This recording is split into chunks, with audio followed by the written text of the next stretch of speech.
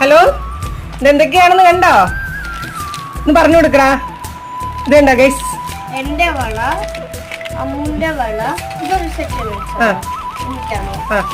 പിന്നെ ഇതുപോലത്തെ കല്ല് ഗോൾഡൊക്കെ ഉള്ള വള, പിന്നെ ലേസ്. ഇവിടെ ഞാൻ പാവാട മാത്രമേ ഇട്ടിട്ടുള്ളൂ, പക്ഷെ ഈ ബ്ലൗസും കൂടെ ഇട്ടിട്ട് അരപ്പെട്ട പോലെ കിട്ടും.